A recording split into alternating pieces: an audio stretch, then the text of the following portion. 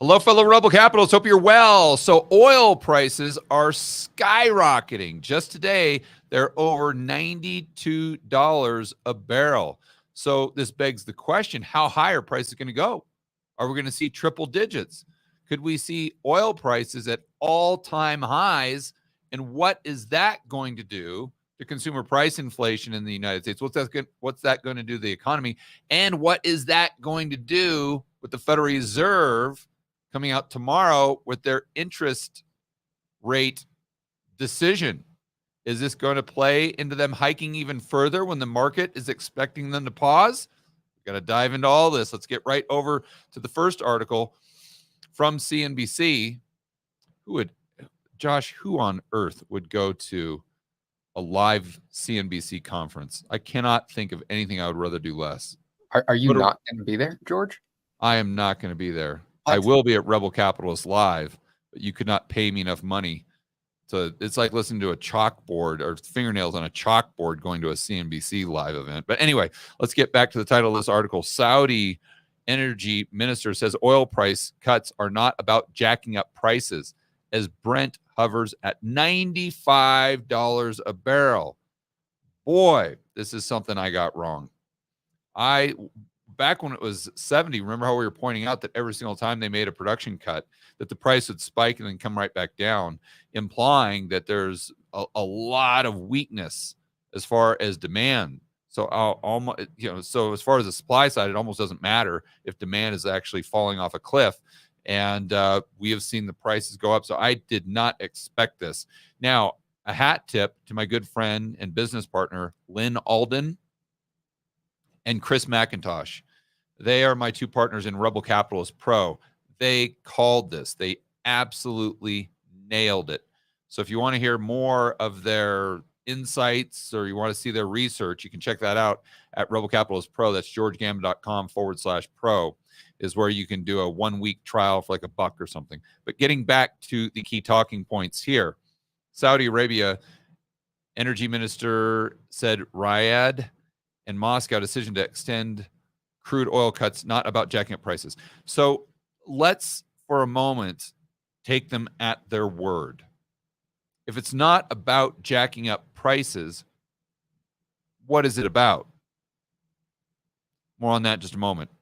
Next key talking point. We can reduce more or we can increase. That has been the subject that we want to make sure that the messaging is clear, that it's not about, hey, how many times does he say jacking up prices? Saudi Arabia and Russia announced they will apply respective voluntary declines of 1 million barrel per day of production and 300,000 barrel per day of exports until the end of the year. So the oil market right now is seeing that the demand in the United States really isn't declining. We haven't gone into a recession yet, or so they think. And we see these supply cuts, and even without these supply cuts, the supply dynamics are very poor. Therefore, hey, why aren't oil prices going up? Maybe we have this soft landing. Maybe we have no landing at all. Listen to what the Fed's saying. Look, the stock market's up, the unemployment rate, the labor market, very resilient. Maybe we were all wrong. I think that's why you're really seeing prices go up. But the key here is if we are to take these guys at their word, what does that mean? Why are they actually doing this if it's not about increasing prices? So let's see. It's about making decisions. This is a quote from them. It's about making the decision at the right time when we have the data and when we have the clarity that would make us much more of a comfort zone to take that decision, which would make us in much more of a comfort zone to make that decision. Okay, so I think what they're saying there is, and again, just taking them at their word, assuming they're not lying or whatever, we still see an economic recession. So we're still trying to get ahead of that recession. We're trying to keep price stability. We're not trying to, quote unquote, jack up prices. I think that would be their argument. They go on to talk about all the supply cuts that they've done over the past few months in this article. So then they point out, shrugging off the inertia of the first half of the year, oil prices have gained ground amid supply cut announcements in recent months as the market braces for potential volume deficit in the latter part of 2023. Yeah, but again, I'd like to point out that when they were announcing all of these production cuts, what was the price of oil doing? It was pretty much flatlining. And so I don't know if it's just the production cuts or if it's just the supply side, because that was pretty much well known back when oil was at 70 or even sub 70.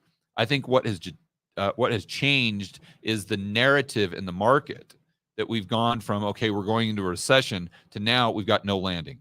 Now the recession has been canceled. Now the economy is booming, it's resilient, and demand is going to skyrocket. I think it's really just a narrative shift. Asked on the possibility of hitting that threshold. So the threshold they're talking about is triple digit oil, so $100 plus. The CEO of Chevron, guy named Mike Wirth, on Monday admitted oil prices could cross into triple digits. And here's a quote from him. Sure looks like it. We're certainly moving in that direction. The momentum, supply is tightening, inventories are drawing. These things happen gradually. You can see it building. And so I think, the trend would suggest we're certainly on our way. We're getting close. And then he points out that the underlying economic fundamentals, very strong, very resilient. So again, it's this narrative really taking over. What's weird is you go back to Silicon Valley Bank, and the whole narrative was recession. And then the narrative switches to soft landing. And now the narrative has completely switched to no landing whatsoever, which I would argue increases the probability that we're going to have a hard landing sooner than later. But he does point out, I don't know why this, okay. Another quote from, I think it's a drag on the economy, but one that thus far, I think the economy has been able to tolerate. So that's one thing, kind of one seed I wanted to plant, is that as oil prices get higher, it does impact the economy negatively.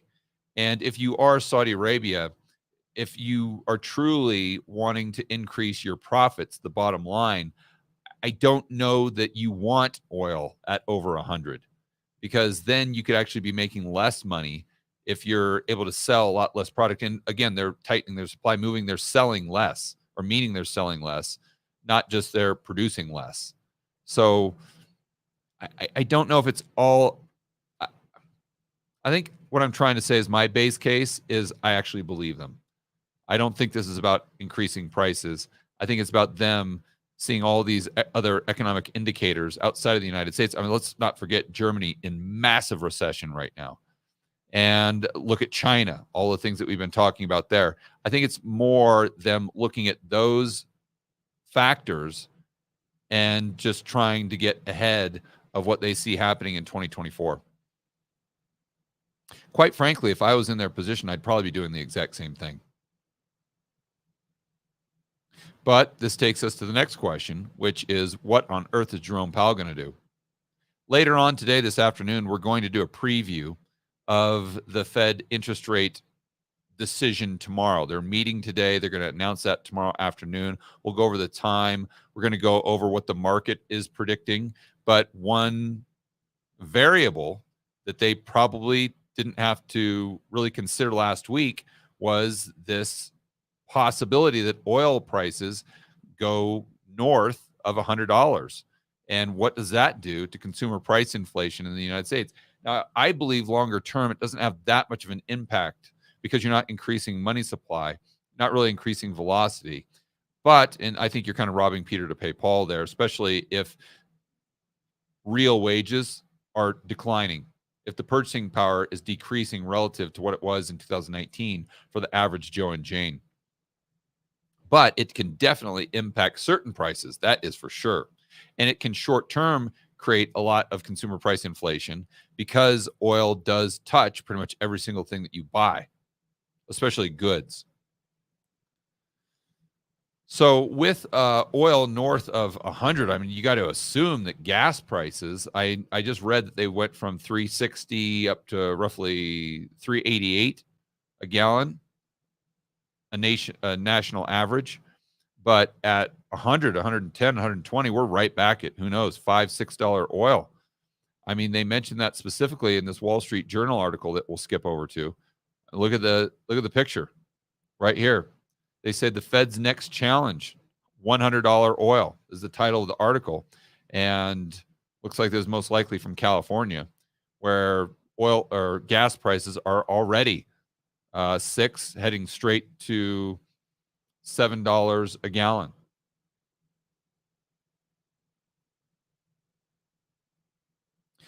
This is a very interesting chart. Now, I want to try to, I don't know if I can expand this. Yes, I can. Good, good, good. Hopefully you guys can see this. And for those of you who follow this channel, you'll remember 3 or 4 weeks ago, I went to St. Bart's and I was hanging out with Hugh Hendry, Jeff Snyder, Brent Johnson, and a few hedge fund managers. And we went over the process, in fact, extensively went over the process that they use to determine when they're going to enter a trade.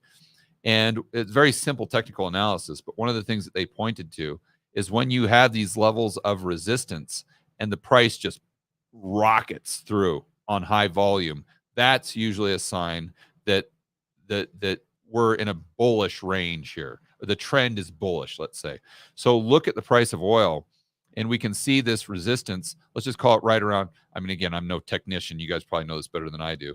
But I just wanted to point this out because this is how a lot of these huge hedge fund managers that manage billions and billions of dollars, this is how they make their decisions, or at least it's a component that makes up their final decision-making process. So let's just say we're at resistance at 87-ish, right around there, 85, let's call it. And then what have we just done in the last week or so?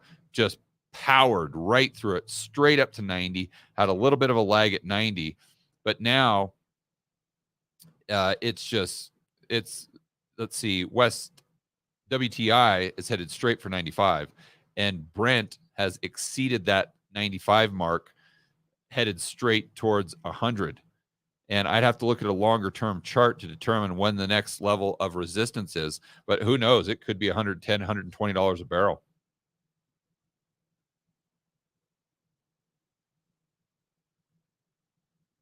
And here I think this David Fay, or Fayfee, chief economist at commodities data firm Argus Media, I think this is a great point.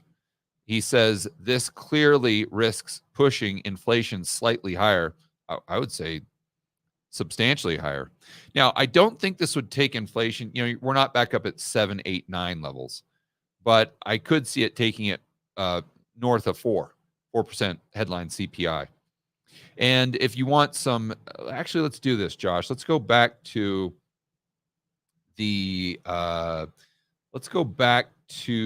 price of oil. Let me say, I'm just going to do this on the fly here, guys, if you bear with me. Let's look at long-term price oil. And what you will see is back just before the GFC, the oil price got really high. So let's look at some exact numbers here. And this, I believe, would be nominal, so keep that in mind. But right before, in fact, in 2008 even. Yikes, that's not a good omen. So June 2008, oil prices were just under 150, so $140 a barrel. And at the time, inflation, let's look at a chart there.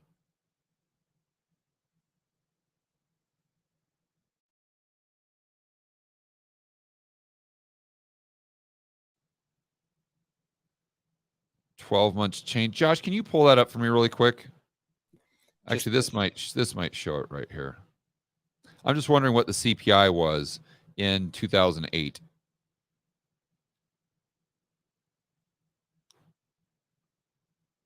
So yeah, I hate these indexes. I just want the actual headline number here. But go ahead and pull that up for me, Josh. And I want to get back to this Wall Street Journal article. But right off the top of my head, I would say inflation was around probably 4 or 5% in 2008. It was 3.8%. Oh, 3.8. All right, that was back in June of 2008. This is a yearly index, but that's what it was for the year. That's weird. Okay. Well, the bottom line here is that we can safely conclude inflation wasn't higher than like a 5%. So it wasn't at like the 9% we saw, let's say, a year ago, even though oil prices were at $140 a barrel. So it is true that it puts upward pressure on prices, but it doesn't lead to, 1970s type of inflation, or I would even argue 1940s type of inflation. But it is something that the Fed is going to have to consider. So getting back to what David is saying here, risks inflation slightly higher. And here's another quote from him. It is something that may encourage, through the end of the year, further interest rate hikes. So think about this for a moment. What if we're getting a head fake here from the oil market and they're going up just because they're buying this no landing narrative, when in reality that's fake news? And when in reality, if you look at the yield curve and all these other data points, we're about ready to get a right hook from Tyson as far as getting a hard landing, economic recession, or maybe something even worse where demand absolutely plummets. So think about that. This could be like the ultimate head fake, where the market is going this way, leading the Fed to believe that they need to increase rates. But those additional increases in interest rates will only make the crash that much worse that the yield curve is predicting. You see, so if the oil prices weren't going up, maybe the Fed would be more likely to pause or just maybe hike 25 basis points or something like that. But who knows? I don't know how many more times that they're going to meet this year, but maybe they bump rates another 50 basis points when they would have kept them flat. And they're doing so right on the doorstep of potentially another GFC. I would assume that's pretty much what they did in 2008. I don't know what they were doing to interest rates back then. Actually, let me see if I can pull up Fed funds. Here we go. This is why I keep all these tabs open. So 2008, no, they were in the process of dropping interest rates big time. Wow, so that's not good, because my point there is that assuming the yield curve is correct, we're going for a hard landing. But think about how hard the landing was during the GFC. And we had that hard of a landing while the Fed was dropping interest rates from, let's call it 5% down to 2%. In fact, by the end of the year, it was down to 1%, down to 0%. So, yikes. And the yield curve is a lot worse now than it was back then. So think about that. Yield curve predicting possibly something worse, but this time, instead of lowering rates into that, we are jacking rates into that at a pace that we haven't seen since the 1980s. All right, guys, we'll have to follow this story closely. And remember, later this afternoon, we're going to be doing a preview of the Fed rate hike decision tomorrow. What the market's expecting. Is the market off sides? If so, what could that mean for assets like the stocks, like the S&P 500, the bond prices, oil prices, cryptocurrency, gold, etc. So definitely stay tuned for that. In the interim, guys, make sure that you're standing up for freedom, liberty, free market capitalism. And if you want more of the most important recent stories we have talked about right here on this channel, Josh will put them in a playlist. You can find that right about here, and we'll see you in the next video.